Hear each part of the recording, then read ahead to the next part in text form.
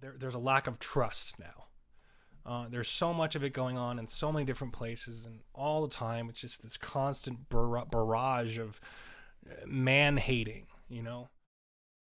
Okay, so here we are, and you know, once again, if I ever got a website and I was doing a journalistic, you know, approach on things and trying to do some sort of good in the world with the exposure of information, or at least the distribution of information, or at least, you know, expressing my opinion, I would on my website I would not allow CBS All Access to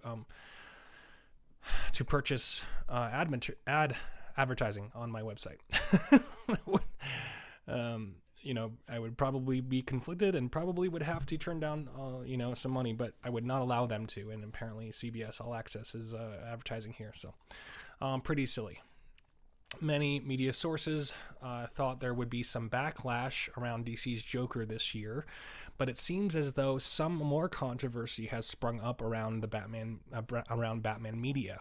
A current cover to The Dark Knight Returns, The Golden Child, drawn by Raphael Grampa, raised some eyebrows on Chinese social media, while some initial reports speculated that DC was taking the cover off of the title. That seems to have been disproved by recent developments. The company took the posts off of social media, but Grandpa posted it on their own. Funny enough, this is the second time that a protest movement was decided to adopt the visage of one of these characters for their own ends. Protesters in Beirut, Hong Kong, and other areas painted their faces to look like Joaquin Phoenix Joker. These demonstrations have sprung up across the world to bring awareness to certain injustices and hopefully incite some sort of change with these displays. Now it looks like the cover will likely live on as a symbol of resistance outside of its intended purpose. This is actually amazing because you know, this is something that is representative to so much of what's going on right now. It's current, it's something, and especially with the Joker having some serious relevance and ringing true in the eyes of so many people across the world. If you're not aware of this, if you watch this channel, and I try to steer clear of politics, but unfortunately, these two things have merged. We have entertainment and politics merging and literally having relations with one another. We're literally they're having a go at each other, and they're intertwining, and it's an unfortunate thing, but it is what it is. In 2019, there are too many people who are not very smart in power, and as a result, we have this clash, this constant back and forth with China. We have all this madness happening, and it's insane what's happening right now.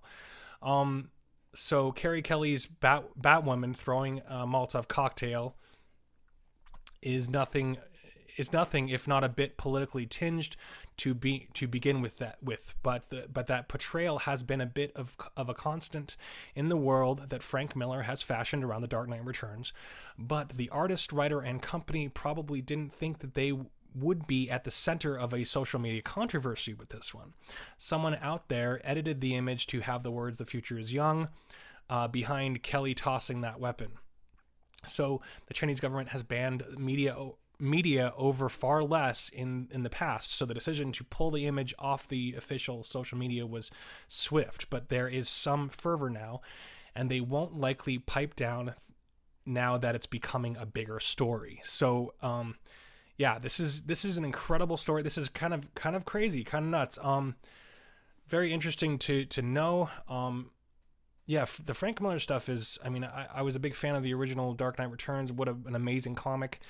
It's been 3 years since the events of Dark Knight 3, The Master Race. So forgive me, I'm not familiar with that book, so I'm not going to comment on it because I'm not familiar with that book enough. I don't get a chance to read comics.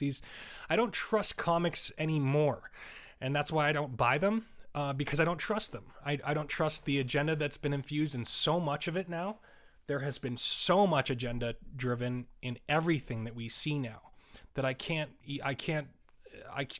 just can't help it. It's nuts. It's really nuts what's happening here. So absolutely. And you know, when you see those images, I mean, they really are so Just incredible to watch the American flags being flown and being waved around in Hong Kong. And some of the protesters who were out there on the streets waving those flags had something to say.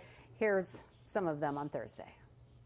I think that's very important because we have not strong enough to against the Chinese government, and we hope American government can support us to do something. We are here because we knew the United States has passed the act for Hong Kong this morning. So we especially want to thank the United States citizens and also the President Donald Trump for supporting Hong Kong.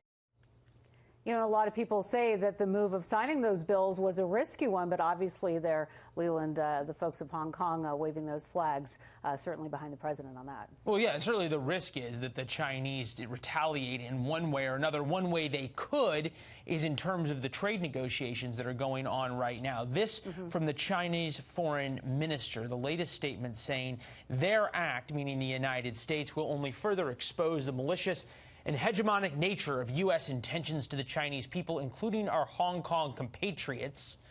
We urge the U.S. not to continue going down the wrong path, or China will take countermeasures, and the U.S. must bear all consequences. Not a very veiled threat when it comes to the negotiations that are going on. And Steve Moore talked about that just a little while ago, that the China trade deal could have major ramifications to the U.S. economy. Okay, so I chose to talk about this today and wanted to just kind of quickly give a shout out to the Quartering. I've been watching that guy Jeremy at the Quartering for about at least a year and a half now, if not 2 years, and this guy really knows his stuff. He does his research and he knows what he's talking about, and this is something that is very important, especially considering the fact that there are so many people who think Trump is a think of him as a bad president or whatever, and he's doing things that are clearly on the side of freedom, clearly on the side of these great things to celebrate,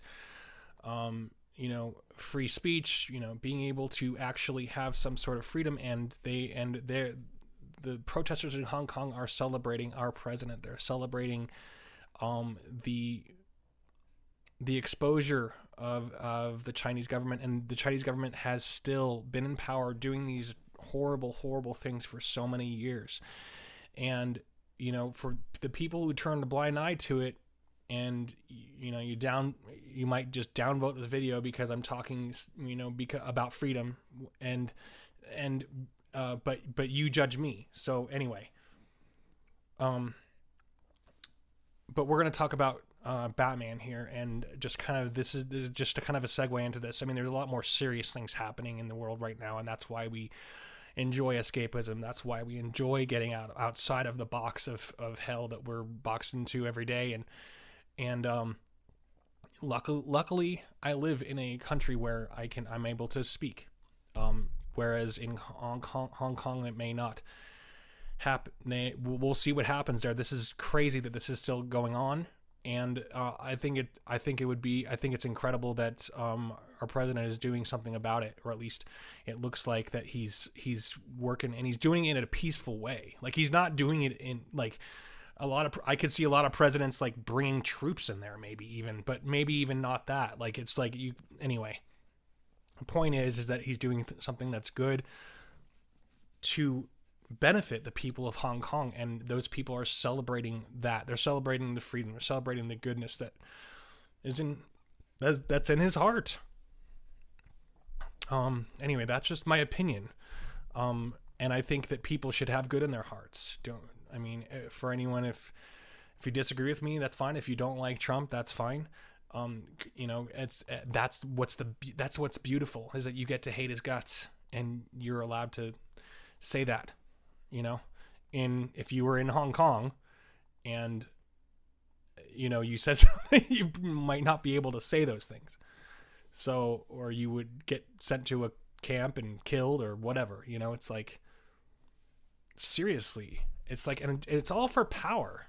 It's like, is at any point this, and is there any point where this becomes like some financial game? It's not, well, maybe it's financial, but I think it's more of just being able to have a strong arm over others. And that's just anyway, it's just scary. It's just sad, and I'm grateful for our ability to just.